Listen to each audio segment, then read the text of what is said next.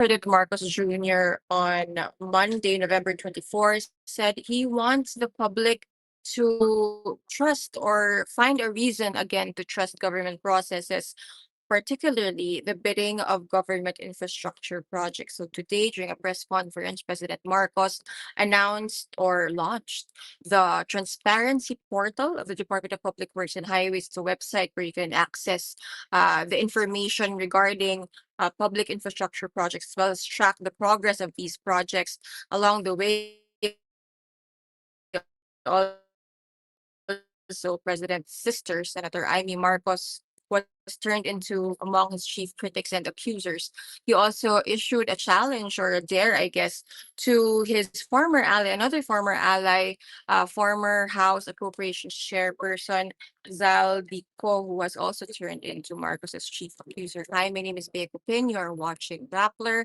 I'm in Malacanang Palace, where a few hours ago, President Marcos called for a press conference. It's become more frequent for the president to call for these press conferences, especially in the context of the flood control mess, flood control maelstrom, or the flood control controversy that's been hounding not just him, but also his administration, his allies, his friends, which has led to several upheavals, not just in the executive, but also in the legislative. So earlier today, nagpatawag ng press conference si President Marcos primarily to announce the creation of this transparency portal of the DPWH.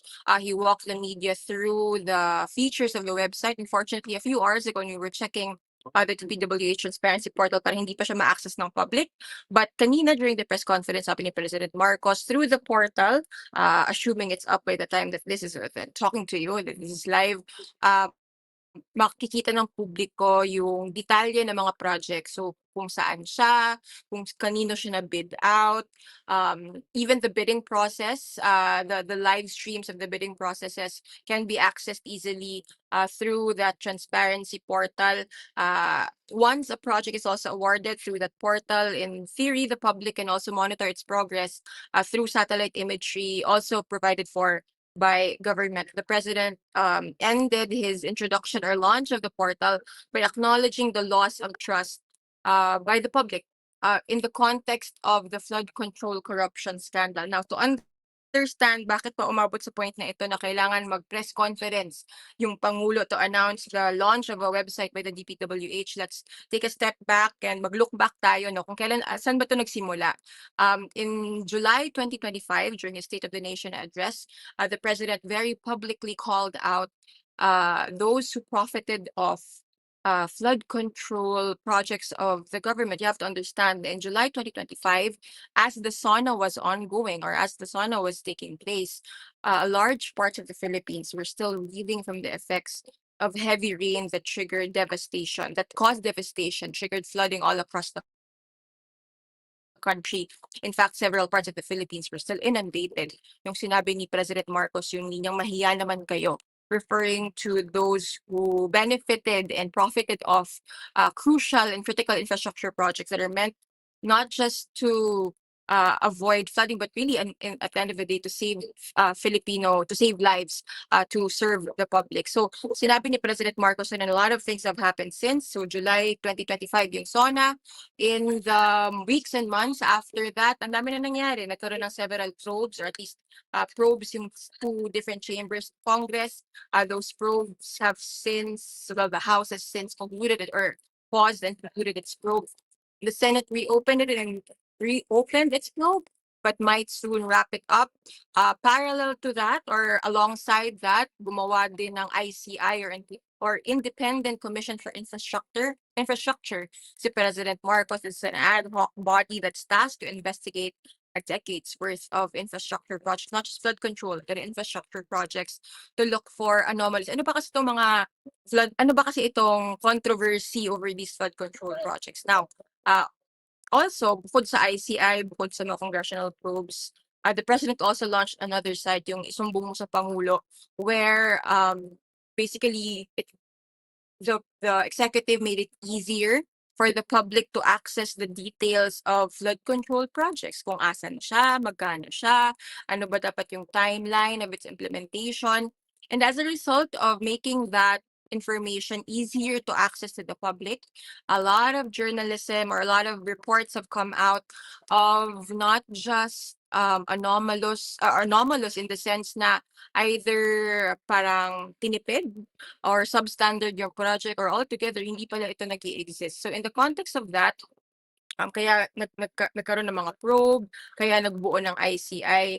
And then a lot of personal changes have happened as a consequence. Like, I was talking earlier about changes in the leadership sa legislative.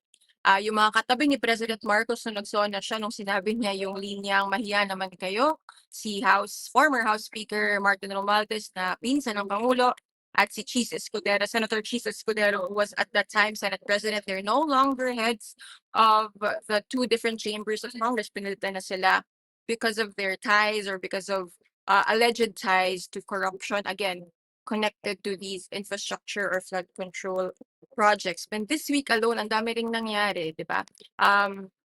Nag-announce yung balas that the Executive Secretary Lucas Persamin had been replaced by Finance Secretary Ralph Recto, who is now the acting Executive Secretary.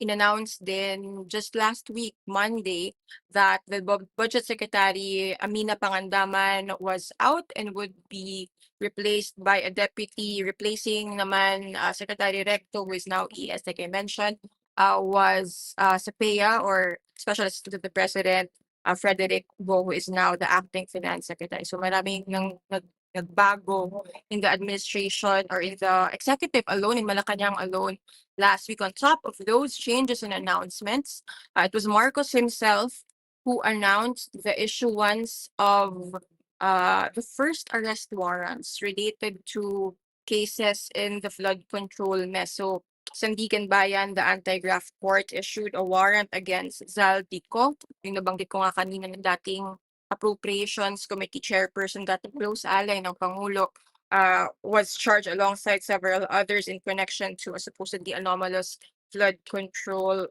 project. Now, speaking about the changes in Malacanang, tinanong ito kay Pangulong Marcos kanina. He said there's no bad blood between him and the former executive secretary, even if kumbaga former ES Persamin disputed yung linya ng Palasyo that said that his resignation was accepted his resignation out of delicadeza was accepted. Ang sinabi naman ni Persamin I didn't resign. I was basically told that it was my time to go. But Marcos seemingly parang medyo dinownplay niya kanina at sinabi niya didn't address it directly, yung confusion over the terminologies or the terms used, but he did say that there is no bad blood between him and his former executive secretary.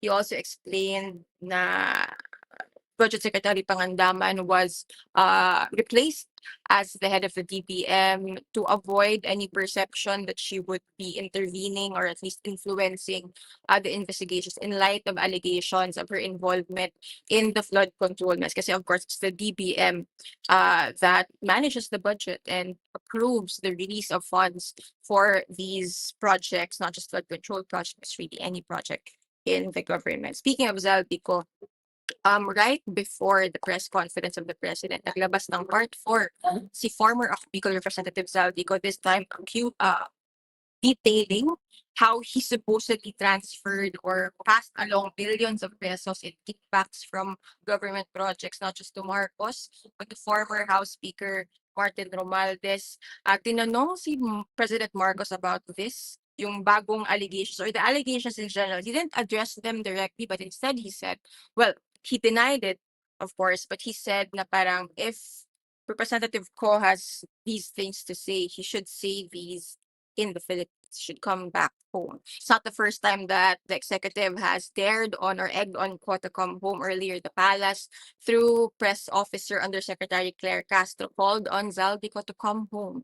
He has been out of the Philippines since nagsimula yung congressional probes into these flood control corruption allegations. Law enforcement agencies have been saying that they're tracking down where Zaldy Co is because again there is a standing arrest warrant against him. So sinabi ng president kanina, he was alluding to fake news referring to cause allegations na supposedly nga daw si Marcos mismo ay may kickbacks from these flood control or these government infrastructure projects. But again, he brought it back to telling Zaldy Co to come home and to face the allegations against him, to make these allegations while in the Philippines. But I suppose for better or worse, the highlight of the press conference kanina was when the president was asked and he answered point blank, at least to the Malacanang press corps for the first time, the allegations made by his very own sister, Senator Imee Marcos, his older sister, his manang, who in a rally attended by almost 500,000 members of the Iglesia ni Cristo, she said on stage, or she accused the first family on stage of using illegal drugs. Now, interestingly, this is when Marcos turned uncharacteristically emotional. I say that because normally the president is rather stoic and straightforward about in answering questions. So parang nung tinanong siya kung may reaction ba siya, how did he feel in light of his own sister's allegations against not just him, but his wife, the first lady, and even the first family, his children. Parang he let out a deep sigh and he kind of his voice softened, his expression turned a little dark, and he started with a caveat saying that it's anathema to him to talk about personal matters in public, right? He didn't want the family's dirty laundry to be bantered across in public. But then um again, while not addressing the allegations of his sister directly, he said that family and friends were worried for his sister. Kasi, I'm paraphrasing here, but he said something like, the lady on TV that you're seeing, that's not my sister. He ended by saying that he hopes she gets better or he hopes her well. It's an interesting thing to see unfold right before you, parang all this family drama spilling on over to Philippine politics. Now, it's not a secret that Senator Imee Marcos is not in the inner circle of her younger brother. She has not been in the inner circle for a long time, siguro as early as at least maybe even before that, as early as the 2022 presidential election. Senator Marcos was not an integral part of that campaign. And when the president won or assumed his role as president, Senator Imee Marcos wasn't exactly a mainstay in the palace, right? Like, you'd see her in Malacanang, but usually in the context of large events, which also involve fellow lawmakers in the signing of bills or in land or milestone events that would involve the executive initiatives. It's not exactly a secret na hindi sila kumbaga allied in that way, but it's been a very interesting kumbaga yung relationship ni President Marcos and Senator Imee in a way kind of echoes or at least is parallel to national political events. Because if you can recall, no 2025 midterm elections, surprisingly to some perhaps, Senator Imee was part of the administration slate up until she left it because after the Marcos administration arrested former President Rodrigo Duterte and sent him to the ICC, where he now awaits trial for charges related to his job board. Sumagot ng maiksi si Senator Imee Marcos through a Facebook status as you would in the year 2025. She said something like, "Bong Bong, this is me." Um, and she said something like, I hope I'm wrong, prove me wrong, something like that. Again, an allusion to the earlier allegations that she made against her own brother. So all of these things happening, right? Changes in the cabinet, an attempt of the administration to be more transparent in terms of its infrastructure projects and in the follow through of these projects. Marcos addressing allegations by his sister, by a former ally in the form of Zaldy Co. Now, all these happen as part of it in the context of what is arguably the biggest upheaval maelstrom in not just the Marcos administration, but arguably in Ferdinand Marcos Jr.'s political career, right? Like, again, happening also in the backdrop or in the foreground, you have retired generals, retired officials calling for his ouster, or his critics calling for his ouster. At the same time, you have mass protests. There's one scheduled this Sunday on the 30th, again in reaction to the revelations of the widespread corruption tied to these flood control projects. Marcos ended the first part of his press conference, again focused on the transparency portal, saying that sunshine is the best medicine. I guess that's an approximation of the saying, the sunshine is the best disinfectant. Now, in the context of the flood control project, one wonders if this administration and the president himself is prepared for what will do that sunlight will hit. Again, this has been Bea Pupin. For more updates, not just of the press conference or the flood control mess, but in general, for updates on Philippine politics, you can download the Rappler app.